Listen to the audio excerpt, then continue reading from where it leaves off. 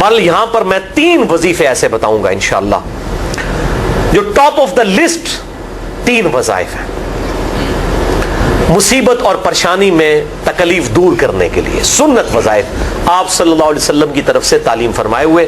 ان میں سے پہلا وظیفہ یہی جس کا قرآن میں بھی ذکر آ گیا کہ جو ان الفاظ کے ساتھ ہمیں پکارے گا، اللہ تعالیٰ فرماتا ہے کذالک ننجی المؤمنین، ہم اہل ایمان کو بھی نجات دیں گے اس طریقے سے، صرف یونس کو نہیں، اہل ایمان کو بھی.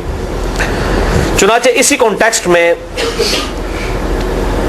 پہلا وظیفہ ہے یہ لا الہ الا انت سبحانک انی کنت من الظالمین کا.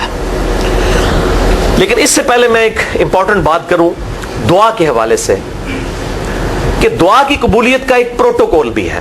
ویسے تو آپ مسئلہ 82 دیکھیں گے، اس میں نے اور باتیں بھی کی ہیں، ٹاپک دوسری طرف چلا جائے گا، لیکن انصاف ہے کہ میں اس چیز کو بھی ایڈریس کروں.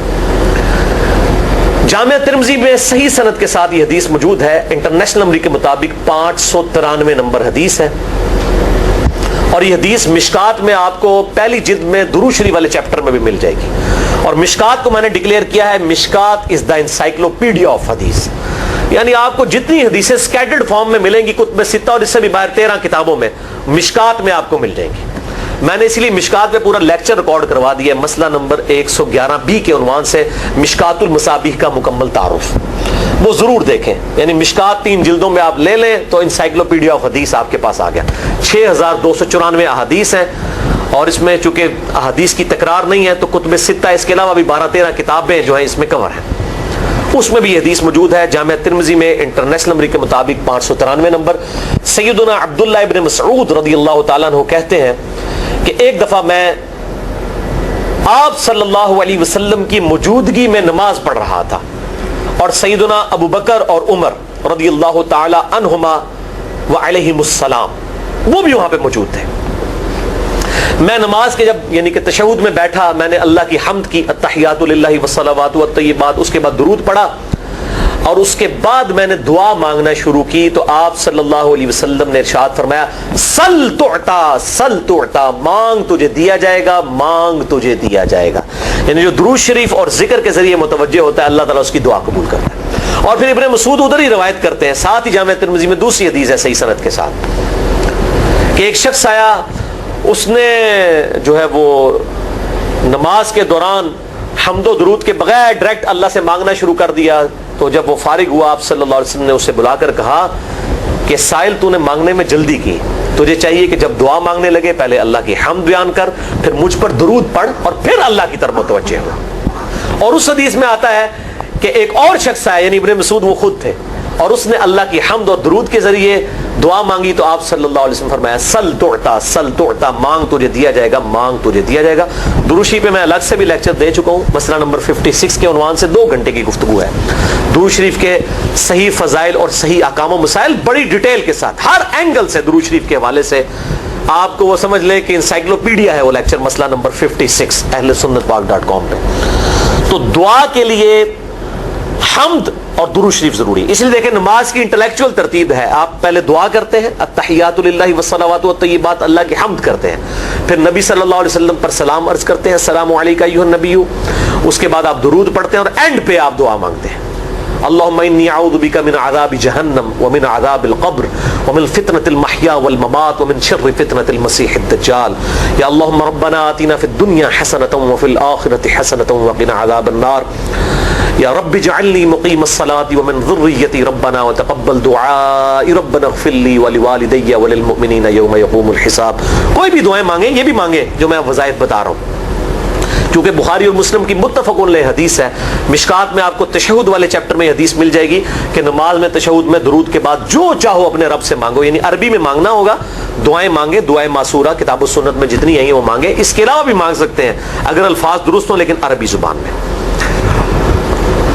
تو یہ پہلا وظیفہ جامعہ ترمذی میں انٹرنیشنل نمبر کے مطابق 3505، مشکات میں 2292 نمبر یہ حدیث ہے.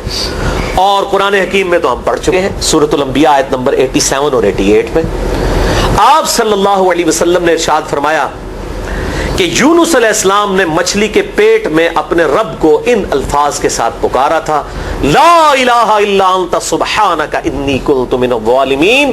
اور پھر آپ صلی اللہ علیہ وسلم نے فرمایا کہ جو کوئی شخص اپنے کسی بھی معاملے میں، کسی بھی پریشانی میں اس دعا کے ذریعے اللہ کی طرف متوجہ ہو، اللہ تعالیٰ اس کی دعا کو قبول فرما لیتا ہے. اور قرآن میں بھی آ گیا نا، کذالک ننجی المؤمنین. اور کتنا بڑا فتویٰ آیا میرے بھائیوں، سورہ الصافات 143 144. فلولا انہ کان من المسبحین، اگر یونس ہمیں ان الفاظ میں ہماری تسبیح نہ کرتا، للبث فی بطنہ الی یوم یبعثون، تو مچھلی کے پیٹ میں قیامت تک مچھلی کے پیٹ میں رہتا اگر اس طرح نہ ہمیں پکارتا. اس کی قبر مچھلی کا پیٹ بن جاتی. یعنی یہ اتنا عطاب، اور وہ دور ہو گیا اس دعا سے. بہت بڑے اسماء اعظم میں سے ہے. تو یہ بہترین دعا، بہترین وظیفہ، اسماء اعظم میں سے بہترین چیز، اور سب سے بڑھ کر جو میں نے بات کی کہ بہترین استغفار، اللہ سے توبہ مانگنے کا بہترین ذریعہ. اور کس طریقے سے، اے اللہ تو پاک ہے نا، تجھ سے تو غلطی نہیں ہوگی، میں بندہ ہوں، غلطی کروں گا، تو اللہ نے تو معاف کرنا ہے نا. کیونکہ جب بندے نے اپنی عاجزی کا اظہار کر لیا ہے اور اللہ تعالیٰ کو بتایا اللہ یہ تیری کوالٹی ہے، تو غلطی نہیں کرتا، تو میں تو انسان ہوں، غلطی کروں گا. تو یہ ہے پہلا وظیفہ. دوسرا وظیفہ وہ بھی جامعہ ترمذی میں انٹرنیشنل نمبر کے مطابق 3524 نمبر حدیث ہے، لیکن ترمذی کا طریق جو ہے وہ ضعیف ہے.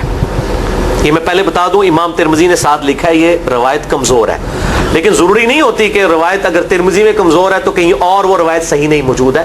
اس کی صحیح سند المستدرک للحاکم میں انٹرنیشنل نمبر کے مطابق 1862 نمبر موجود ہے، اور سنن نسائی الکبریٰ میں 10492 نمبر ہے، اور مشکات میں بھی 2454 نمبر حدیث ہے انٹرنیشنل نمبر کے مطابق. تو صحیح سند المستدرک للحاکم اور سنن نسائی الکبریٰ کے اندر موجود ہے. اور وہ وظیفہ ہے انس ابن مالک کہتے ہیں اور سعد ابن ابی وقاص کہتے ہیں رضی اللہ تعالی عنہما وعلیہم السلام، کہ آپ صلی اللہ علیہ وسلم کو جب کبھی کوئی تکلیف یا پریشانی پہنچتی تو آپ صلی اللہ علیہ وآلہ وسلم ہمیشہ ان الفاظ میں اپنے رب کو پکارا کرتے ہیں، یا حی یا قیوم برحمتک استغیث، اے خود سے زندہ ہر چیز کو تھامنے والے، میں تیری رحمت کے ساتھ تیری مدد کا سوال کرتا ہوں. استغیث بولیں گے نا الف کے ساتھ، حمزہ کے ساتھ، تو یہ سنگولر کا صیغہ ہوگا. اور اگر ہم بولیں گے نستغیث نون کے ساتھ تو یہ جمع کا صیغہ بن جائے گا. یہ میں اس لیے بتا رہا ہوں، لوگ پوچھ رہے ہوتے ہیں جی بعض جگہ لکھا ہوتا ہے جناب نستغیث، بعض جگہ لکھا ہوتا ہے استغیث، کیا کریے؟ وہ نستغیث جمع کا صیغہ بنا لیا جاتا ہے. جیسے دعا ہے سنن ابی داؤد میں اللہم اجرنی من النار، لیکن اگر جمع کا صیغہ بنائیں گے تو اللہم اجرنا من النار ہو جائے گا. اس طریقے سے دعائے قنوت کے الفاظ ہیں اللہم اہدنی فی من ہدیت، تو جمع کا صیغہ ہوگا اللہم اہدنا فی من ہدیت. یہاں پر بھی ہے یا حی یا قیوم برحمتک استغیث سنگولر کا صیغہ، اور نستغیث پلورل کا صیغہ، جمع کا صیغہ. کتنی بہترین دعا ہے، اے خود سے زندہ ہر چیز کو تھامنے والے، میں تیری رحمت کے ساتھ تیری مدد کا سوال کرتا ہوں. تو یہ بھی اسماء اعظم میں سے ہے. سنن نسائی الکبریٰ کے اندر صحیح سند کے ساتھ 10492 اور المستدرک للحاکم میں 1862 نمبر. اب یہاں پہ میں ایک ضمناً بات بتا دوں سنن نسائی الکبریٰ کے بارے میں، چونکہ اکثر لوگ پوچھتے ہیں.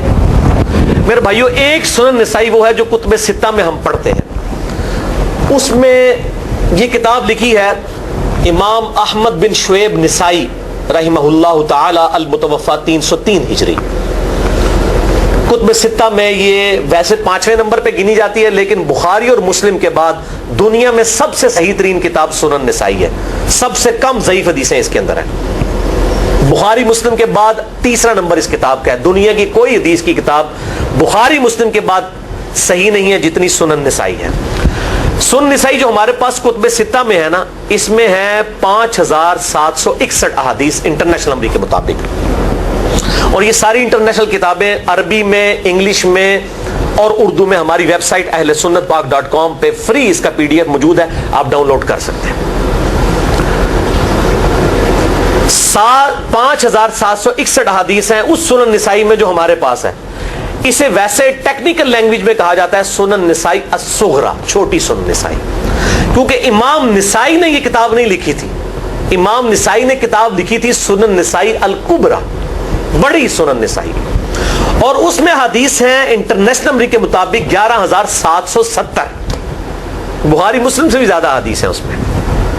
لیکن یہ امام نسائی کے ایک شاگرد تھے امام ابن السنی، انہوں نے اس کو مختصر کر کے نا چھوٹی کتاب بنا دیا، اور اب پبلک میں یہی چھوٹی کتاب مشہور ہے. اس کی وجہ سے جب ہم سنن نسائی الکبرى کا آپ مشکات میں دیکھیں گے نا تو وہ فرق نہیں کرتے ہیں. جب وہ سنن نسائی کا حوالہ دیتے ہیں نا تو آپ کو نسائی میں وہ ملے گا بھی نہیں، وہ الکبرى میں ہوتا ہے، کیونکہ وہ اس تفریق کو مانتے نہیں، وہ تو سنن نسائی الکبرى کو سنن نسائی مانتے ہیں. جبکہ ہماری پبلک جو ہے وہ سنن نسائی، وہ میں وہ حوالہ دے رہا ہوتا ہوں کہ جی سنن نسائی الکبرى میں 9,928 نمبر حدیث ہے کہ جو آیت الکرسی پڑھ لے فوراً بعد عشاء کسی بھی نماز کے فرض کے فوراً بعد تو مرتے ہی جنت میں داخل ہوگا. تو لوگ کہتے ہیں جناب نسائی تے حدیث ہیں جناب 5,761 نے، تسی 9,928 کی تمہیں دس دیو. تو میں ساتھ حالانکہ بول رہا ہوتا ہوں سنن نسائی الکبرى، میں نے کبھی اس کے بغیر نہیں بولا. تو الکبرى سے آپ کا دماغ تو کام کرنا چاہیے، الکبرى کیوں بول رہا ہے ساتھ؟ کوئی یہ صغرا بھی ہے جس کی یہ الکبرى ہے بڑی، اور ہمارے گرین کارڈ میں یہ وظیفہ لکھا ہوا ہے الکبرى کے ساتھ. اسی طریقے سے جو میرا وہ واقعہ کربلا کے اوپر 150 اسناد پر مشتمل پمفلٹ ہے، ریسرچ پیپر نمبر 5B واقعہ کربلا کا حقیقی پس منظر 72 صحیح الاسناد احادیث کی روشنی میں. 72 کا تو ٹائٹل ہے شہدائے کربلا کی نسبت سے، احادیث اس میں 150 ہیں. اس میں اکثر حدیثوں کے حوالے میں نے سنن نسائی الکبرى سے دیے ہوئے ہیں. وہ لوگ کہتے ہیں مل ہی نہیں رہی ہے، تو میرے بھائی وہ سنن نسائی الکبرى آپ کے پاس ہوگی تو آپ کو ملے گا نا. تو سنن نسائی الکبرى الگ سے وہ اصل کتاب ہے، اس میں سے سنن نسائی الصغرى بنائی گئی ہے. اسی سنن نسائی الکبرى کا چیپٹر ہے خصائص علی، جس میں 194 حدیث ہیں سیدنا مولا علی رضی اللہ تعالیٰ عنہ علیہ السلام کی شان میں. امام نسائی نے ناسبیوں کے خلاف وہ کتاب کا وہ چیپٹر لکھا، وہ خصائص علی چیپٹر ہے سنن نسائی الکبرى کا. اسی طریقے سے فضائل صحابہ بھی امام نسائی کی جو کتاب ہے وہ بھی اسی کتاب کا چیپٹر ہے. اسی طریقے سے عمل الیوم واللیلہ، صبح و شام کے جو اذکار ہیں وہ چیپٹر بھی اسی سنن نسائی الکبرى میں سے ہے. اسی میں یہ وظیفہ ہے کہ جو آیت الکرسی فرض نماز کے فوراً بعد پڑھتا ہے تو مرتے ہی جنت میں داخل ہوگا. میں نے اس کتاب کے اس چیپٹر کا حوالہ نہیں دیا، وہ الگ سے بھی چیپٹر چھپا ہوا ہے، جس طرح خصائص علی الگ سے ہے، فضائل صحابہ الگ سے ہے. خصائص علی تو ہمیں ہماری ویب سائٹ پہ بھی موجود ہے اہل سنت پاک.com پہ. فضائل صحابہ بھی اردو ترجمے اور تحکیم کے ساتھ چھپ چکی ہے. اور یہ عمل الیوم واللیلہ، دن رات کے جو اذکار ہیں، یہ بھی الگ سے عربی میں چھپی ہوئی ہے. تو میں اس کا حوالہ نہیں دیتا، میں سنن نسائی الکبرى کا کہتا ہوں 9,928 آیت الکرسی کا وظیفہ. تو یہ سنن نسائی الکبرى کا میں نے حوالہ دیا ہے یا حی یا قیوم برحمتک استغیث 10,492 صحیح طریق ہے. بعض اوقات کسی ایک کتاب میں ضعیف، ترمذی کا اس کا طریق جو ہے وہ ضعیف ہے. سنن نسائی الکبرى اور المستدرک للحاکم کا طریق جو ہے وہ بالکل صحیح ہے. جس طریقے سے سنن ابی داؤد اور سنن ابن ماجہ میں کتاب النکاح چیپٹر میں حدیث ہے، اگر میں سجدہ جائز سمجھتا تو بیویوں کو کہتا کہ اپنے خامدوں کو سجدہ کریں اس حق کے سبب جو اللہ نے ان کو دیا ہے. تو ابو داؤد اور ابن ماجہ کی روایت ضعیف ہے، اس میں شریک القاضی مدلس ہے اور ان سے روایت کر رہے ہیں، اور مدلس کی ان والی روایت سما کی تصریح کے بغیر ضعیف ہوتی ہے. لیکن ہم اس حدیث کو صحیح کہتے ہیں کیونکہ اس سما کی تصریح سنن البہیقی کے اندر موجود ہے الکبرى میں. تو ہم پھر اس کی بنیاد پہ کہتے ہیں چونکہ وہاں پر صحیح، لہذا اس کو ہم کہتے ہیں شواہد کی بنیاد پہ صحیح. یہ میں آپ کو ٹیکنیکل چیزیں بتا رہا ہوں، یہ وہ چیزیں جو آپ کے کئی وہ جو بڑے بڑے علماء پڑھ کے فارغ ہوتے ہیں ان کو بھی یہ باتیں نہیں پتہ ہوتی ہیں. وہ کہتے ہیں جناب آپ کتوں پڑھے ہو، اور میں کہنا پائی میرے آئنسٹائن تے نیوٹن کو کسی مدرسے تو پڑھنے کی ضرورت نہیں ہوتی. نیوٹن 8ویں کلاس ہی نسیا ہوا ہے، آج نیوٹن ہوتے PhD ہوتی فزکس تھی. مجھے غامدی صاحب کا جملہ یاد آیا، ان سے کسی نے پوچھا کہ یہ جو روایتی علماء ہیں اور مولانا مودودی آپ ان کو کیسے دیکھتے ہیں؟ ان کا روایتی علماء جو ہیں یہ تو مدرسوں کے اسٹوڈنٹس اور فاروق تحصیل ڈگری ہولڈر ہیں، اور مودودی صاحب جو ہیں ان کی مثال تو آئنسٹائن اور نیوٹن والی ہے، ان کے اوپر PhDs ہوتی ہیں، گاڈ گفٹڈ صلاحیتیں ہوتی ہیں. ان مدرسوں کی آؤٹ پٹ مودودی صاحب اور ڈاکٹر اسرار، ڈاکٹر ذاکر نائک اور احمد دیدار صاحب تو نہیں ہو سکتے. یہ گاڈ گفٹڈ صلاحیتیں ہوتی ہیں. تو میں اس لیے ساتھ ساتھ کلیئر کر رہا ہوں تاکہ یہ جو ایمبیگوٹیز آتی ہیں اس حوالے سے وہ کلیئر ہو جائیں. بہرحال یہ دوسرا وظیفہ ہو گیا. اب تیسرا وظیفہ جو ہے کمال وظیفہ، صحیح بخاری میں موجود ہے، انٹرنیشنل نمبر کے مطابق 4,563 نمبر. ابن عباس رضی اللہ تعالی عنہما کہتے ہیں وعلیہم السلام، وہ کہتے ہیں کہ سیدنا ابراہیم علیہ السلام کو جب آگ میں پھینک رہے تھے نا، تو ابراہیم علیہ السلام نے اس وقت کہا تھا حسبنا اللہ ونعم الوکیل، ہم نے اللہ ہی پر بھروسہ کیا اور وہی بہتر کارساز ہے۔ اور تمہارے نبی صلی اللہ علیہ وسلم کو بھی جب مصیبت اور پریشانی آتی تھی وہ بھی پڑھا کرتے تھے حسبنا اللہ ونعم الوکیل، ہم نے اللہ ہی پر بھروسہ کیا اور وہی بہتر کارساز ہے۔ اس کے بعد وہ شعر جو بنا دیا نا، نعم المولا ونعم النصیر، ویسے الگ سے آیت ہے، الگ سے آیت ہے، لیکن یہ شعر نہیں بنانا، بس اتنا ہی وظیفہ ہے، حسبنا اللہ ونعم الوکیل۔ اور یہ جو انہوں نے کہا کہ نبی صلی اللہ علیہ وسلم بھی یہ کہتے تھے، اس کا ذکر الحمدللہ قرآن میں بھی موجود ہے، اس سے بھی بڑھ کر سورہ آل عمران کی 173 نمبر آیت میں ہے کہ جب نبی صلی اللہ علیہ وسلم اور اہل ایمان کو یہ خبر پہنچی کہ کافر ان کے خلاف سازشیں کر رہے ہیں، تو نبی اور اہل ایمان نے پکارا حسبنا اللہ ونعم الوکیل۔ تو حسبنا اللہ ونعم الوکیل قرآن کی آیت بھی ہے، اور یہ ہے وہ آیت، وظیفہ قرآن میں آیا ہوا ہے، یہ آل عمران 173 اور صحیح بخاری 4563۔ اور مجھے بڑا وجد آیا کہ ابراہیم علیہ السلام کو جب آگ میں پھینکنے لگے تھے، انہوں نے اس وقت اللہ کو ان الفاظ کے ساتھ پکارا حسبنا اللہ ونعم الوکیل۔